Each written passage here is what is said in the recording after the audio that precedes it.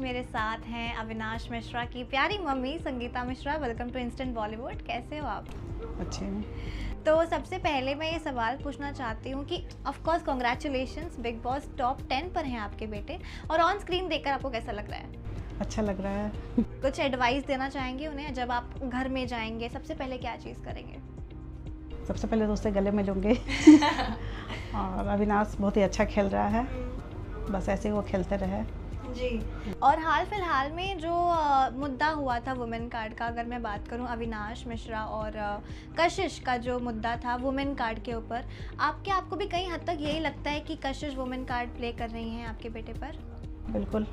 जैसे कि वो तो देख रहा है, सारे लोगों ने देखा है ये कि किस तरह से उसने प्लान बनाया है सारा और रजत के साथ मिल करके।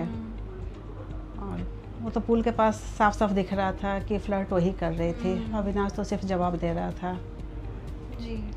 और लव एंगल का भी मुद्दा खड़ा किया था कि उन्होंने बोला था कि वो मेरे पास आई थी, फिर वो कहते नहीं वो ही मेरे पास आए थे, तो वो थोड़ा डिस्कशन चल रहा था, डिबेट चल रही थी। वीकेंड के बारे में भी काफ़ी चीज़ों का खुलासा भी हुआ, आपने भी देखा होगा।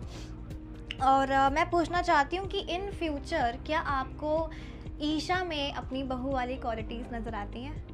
नहीं आती। अगर इन फ्यूचर अगर वो दोनों काफ़ी क्लोज हो गए, अभी तो दोस्त हैं वो कहते हैं, और फ्यूचर में क्या होगा ये तो मालूम नहीं है। और अविनाश तो ऐसे भी अभी शादी के लिए तैयार भी नहीं है। और फ्यूचर में क्या होगा ये कहना मुश्किल है, लेकिन हाँ अभी दोनों दोस्त ही हैं, इससे ज़्यादा मुझे कुछ दिखता भी नहीं है। जी। और करणवीर ने भी ईशा को बोला था कि आप, मतलब करणवीर ने शायद आपने वो देखा होगा वो वाला पार्ट जिसमें उन्होंने शालीन के बारे में बोला था, और उन्होंने ये भी बोला था कि वो भले ही मेरा कितना पुराना दोस्त हो लेकिन अविनाश आपके लिए बेटर है। तो आप इस पर क्या कहना चाहोगे? अरे बोलने के लिए तो कोई भी कुछ बोल सकते हैं, लेकिन जहाँ तक फ्यूचर की बात है, जहाँ तक लाइफ पार्टनर की बात है, उसके लिए काफ़ी सोचना समझना होता है आदमी को। और मेरा ख्याल है कि अविनाश जब भी अपने लाइफ पार्टनर को चुनेगा तो सोच समझ के ही चुनेगा। जी बिल्कुल। हाँ, अभी तो ये जो है दोस्ती है, अगर दोस्ती बहुत आगे जाएगी तो देखा जाएगा, लेकिन अभी इस मामले में कुछ बोलना सही नहीं है। जी जी। क्योंकि अभी ये भी तो नहीं है कि ईशा क्या कर रही है सर। जी बिल्कुल एग्री। और एक सीन क्लिप था जहाँ पर अविनाश का गुस्सा बहुत ज़्यादा हो गया था, जहाँ पे उन्होंने चेयर पटक के फेंक दी थी, गुस्सा कर लिया था।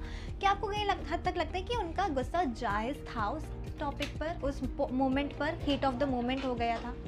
हाँ, उसका गुस्सा इसलिए जायज़ था क्योंकि उसे ईशा ने इरिटेट कर दिया था। कशिश ने